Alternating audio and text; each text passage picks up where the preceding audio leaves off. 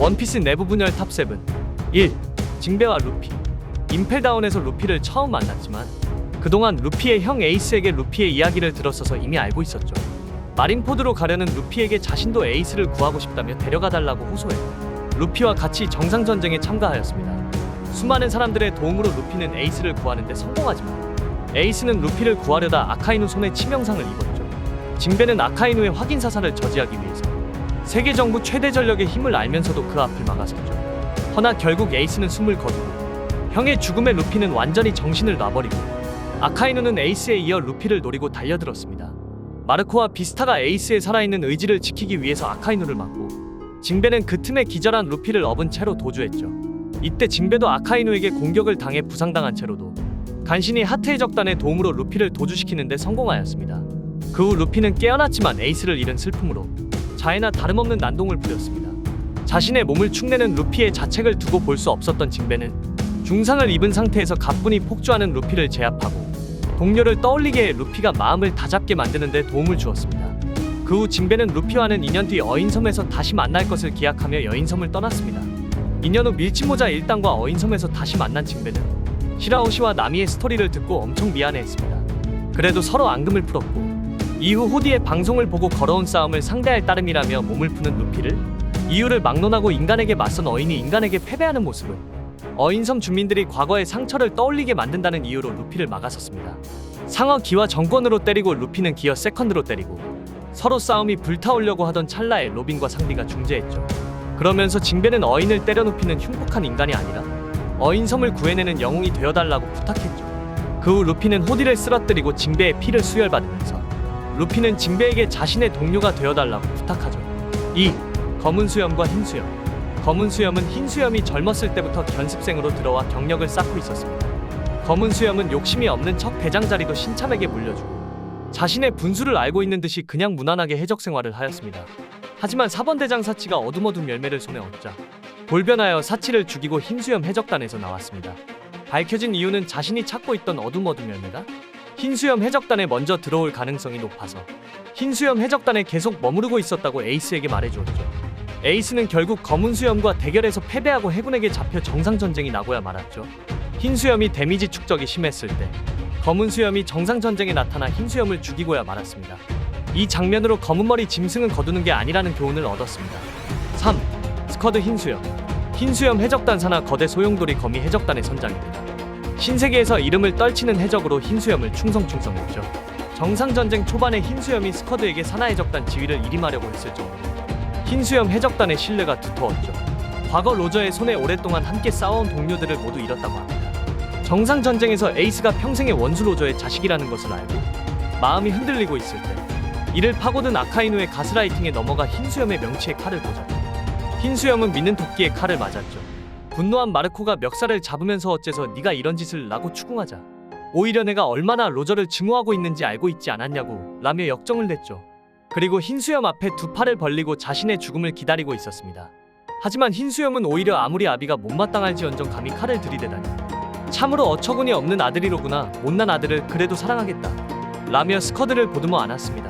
당연히 죽음을 각오했던 스쿼드는 당황해 부들부들 떨면서 아무런 행동도 하지 못했죠.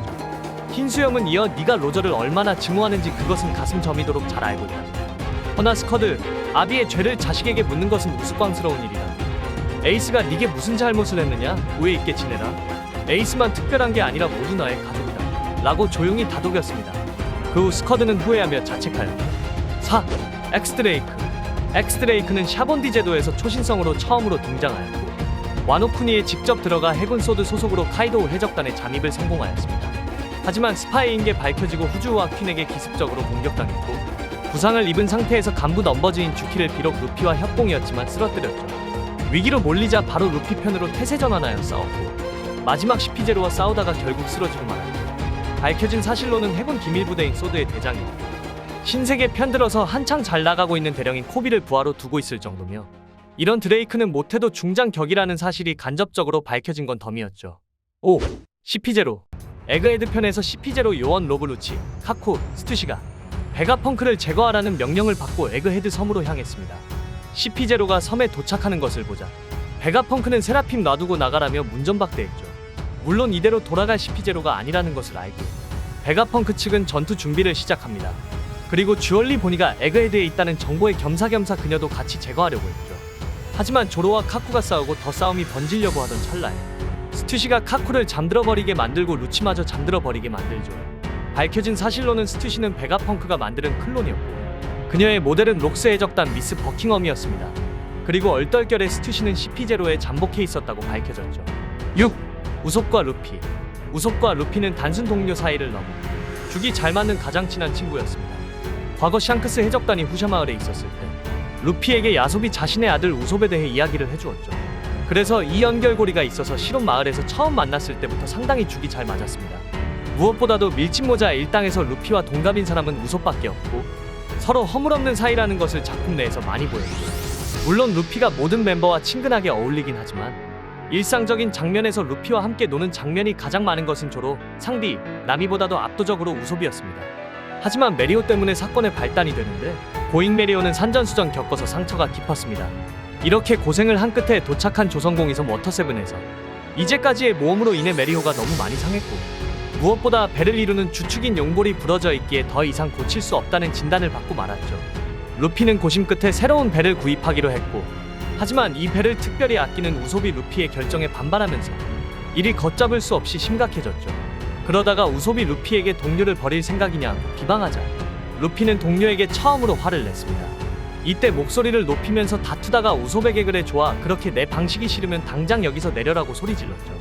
저 말이 튀어나오기도 전에 옆에서 보다가 눈치챈 상디가 루피를 때려 저지한 뒤 머리 좀 식혀라 입에서 나온다고 다 말인 줄 아냐 라고 일갈했습니다.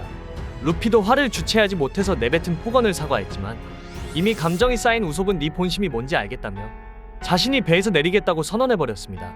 이때 너에게는 약한 동료가 필요 없겠지. 의견이 다른 것을 참으면서까지 같이 여행할 필요가 없어 라고 고함치고 결국 루피와 결투 신청을 하였죠.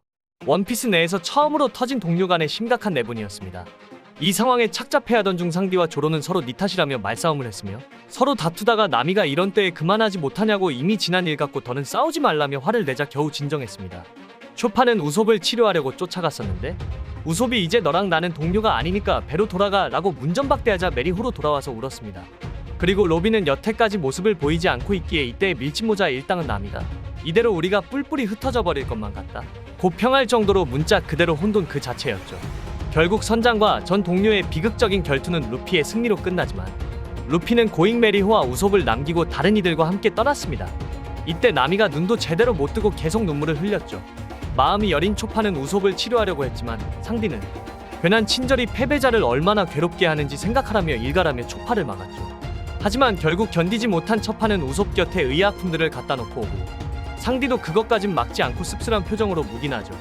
루피는 루피대로 그 책임이 무겁다며 흔들리고 조로가 그게 선장이다. 네가 흔들리면 우리는 누구를 믿어야 하느냐라고 말하고 나서야 마음을 다잡죠. 그렇지만 루피도 밀짚모자 아래 흐르는 눈물은 주체 못한 채 서럽게 울었습니다. 하지만 결국 애니에스 로비에서 루피와 우솝은 다시 잘 풀리고 그리고 밀짚모자 일당을 구하러 온 고잉 메리호의 스토리 엔딩으로 루피와 우솝의 앙금은 풀렸습니다. 마지막에 밀짚모자 일당이 떠날 때 우솝이 사과를 하며 루피가 다시 받아주며 다시 여행을 떠납니다. 7. 아카자야 구남자 칸주로. 대중연극단에서 태어나 부모님이 쿠로즈미 가문이라는 이유로 무대 위에서 관객이 휘두른 칼에 맞고 죽었습니다. 그래서 증오심을 품고 같은 쿠로즈미 가문인 오로치를 따라 코즈키 가문의 충신이라는 배역을 맡아 연기를 하였죠. 아카자야 구남자가 되어 코즈키 오뎅을 따르는 척 도왔습니다. 항상 중요한 시점에 오로치에게 정보를 흘려 오뎅의 계획을 틀어막았죠. 하지만 오뎅이 죽고 아카자야 구남자가 오로치를 향해 오니가시마로 가는 도중 다시 정보를 흘려 카이도우 해적단이 오게 만들었습니다. 하지만 밀짚모자 일당과 동맹들이 같이 힘써 싸워주었고 자신이 배신자라는 걸 밝혔을 때 그야말로 충격적이었죠. 아카자야 구남자는 정이 있어 칸주로를 손쉽게 죽이지 못하였고 마지막에 키네몬의 손에 죽게 되었습니다. 그리고 마지막으로 구독을 눌러 영상을 만드는데 큰 힘이 되어주세요.